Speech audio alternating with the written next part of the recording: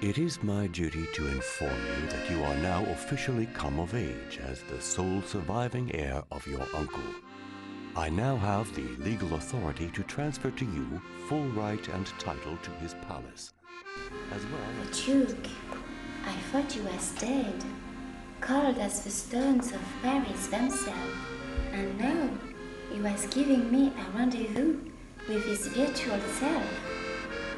I had only met the Duke a few times, and he was always a little bit strange. There was one time I went to visit his chateau with my mother. We ate lunch with the Duke and he showed me his ancient discoveries. Behold my greatest discoveries, the sensory focal devices. With these I can show you any event in time or in space. I can take you anywhere. I looked at the letter a good long time, trying to work out if it was a trick or something. But in the end, there's only so much you can learn from ink and paper. If I wanted to get to the bottom of this, I realized I would have to go and find out for myself.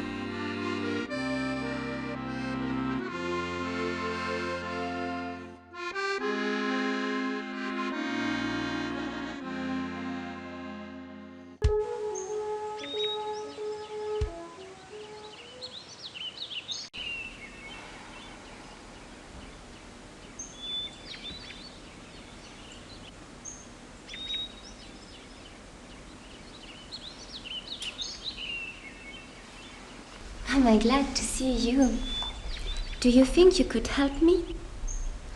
There's supposed to be some sort of treasure waiting for me here in the chateau. But I have to find my uncle if I'm ever going to solve this mystery. Can you help me track him down? We have to be careful. He's been dead for quite a while now, and we need to find his virtual self. And, well, I have a strange feeling about all of this. I'm going to take a look around. Let's meet back here.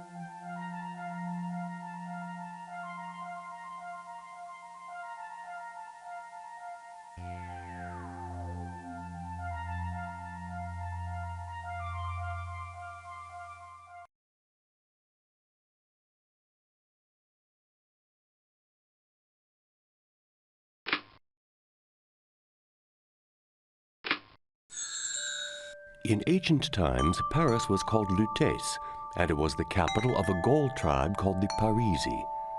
During the 1st century before Christ, Lutèce became a part of the great Roman Empire after Julius Caesar defeated Vercingetorix, king of the Gauls. Lutèce was relatively small, but it had all of the luxuries of a Roman city, including arenas where games, circuses, and spectacles were held.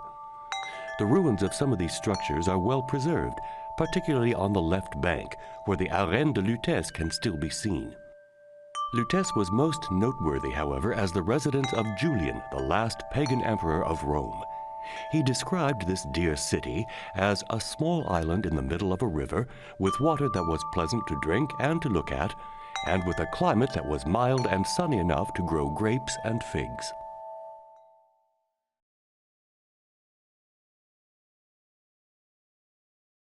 The area that is now France was once a Roman province that was later conquered and occupied by barbarian tribes. Two of the most important were the Burgunds in the southwest, who gave their name to Burgundy, and the Franks in the north, who with their king Clovis were the ancestors of modern-day France. Clovis succeeded in conquering almost all of what is now France with a new strategy that represented a marked change from traditional barbarian methods. Clovis didn't measure his power in terms of treasure or wealth, but in terms of territory that he could govern and pass on to his heirs. He strove to create a state founded on the idea of geographical and political unity. The new state was the predecessor for what would become France. Clovis converted to Christianity in order to achieve his goals, because the church offered him a solid power base as well as universal recognition. The king married Clotilde, a Christian princess from Burgundy, and he was officially baptized in the year 496. After the death of Clovis, Clotilde founded a monastery in Paris and buried him next to Sainte Geneviève. The Tour de Clovis is the only visible remains of this monastery. It can still be seen today on the Mount Sainte Geneviève. Paris eventually became the center of religious and political power in France, and the alliance established by Clovis between church and state would become a central element in the royal tradition of France. Future kings would identify with Clovis and his conversion to Christianity as the foundation of their power and legitimacy. As a result, many French kings were named Louis, the Latin version of Clovis.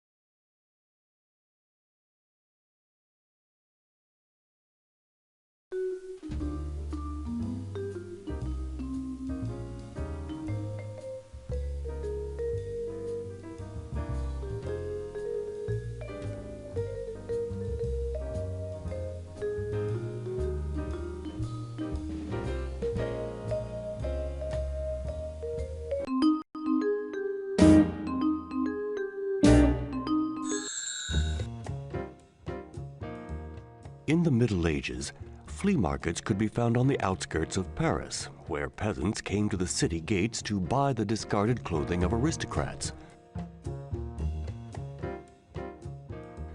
These flea markets took their name from the small insects that accompanied the clothing that was sold there. The tradition continued, and towards the end of the 18th century, the largest of the modern flea markets was established just to the north of Paris. Today, the flea markets of Paris are known around the world. Each weekend, thousands of visitors roam these colorful markets, mingling with celebrities and die-hard antique buyers. The Marché aux Puces at the northern edge of Paris has 10 major markets and over 6 miles of storefronts. The vast selection includes art, furniture, and music, and the diverse styles range from the ancient to Art Deco and postmodern. But whether you're looking for bargains or priceless antiques, a day spent wandering these winding streets is a day well spent.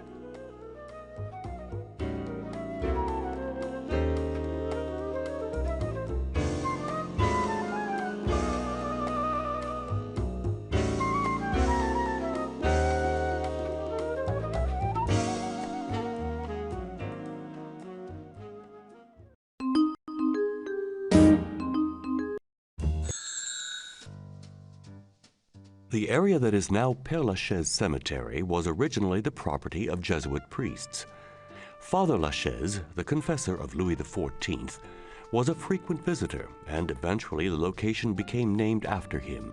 In 1803, the government purchased this land and a cemetery was established there. In order to increase the popularity and acceptance of this new and out-of-the-way cemetery, several well-known people were reburied there. So arrived the tombs of Abelard and Heloise, Molière and La Fontaine. Today, Père-Lachaise Cemetery is best known for the celebrities who are buried there. Select A to see the writers. Select B to see the musicians. Select C for the grand tour.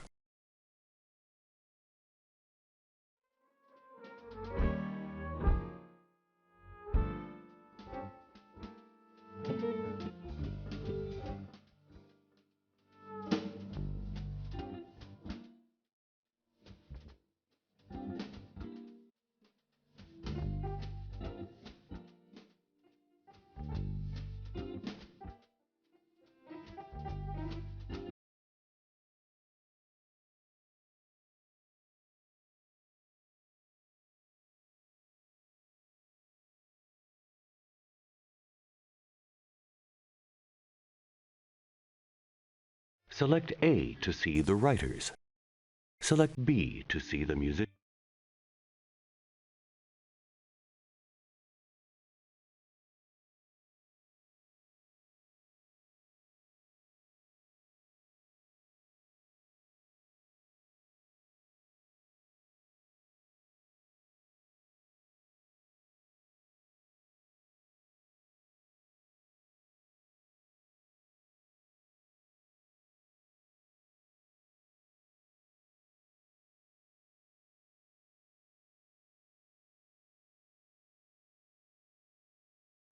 Select A to see the writers.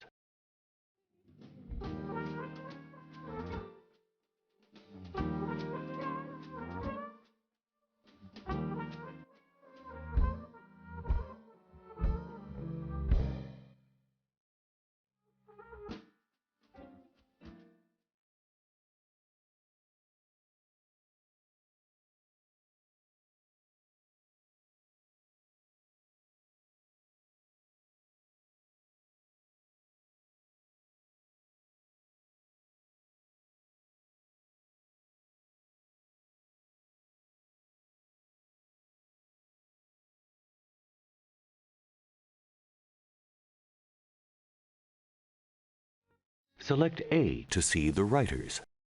Select B.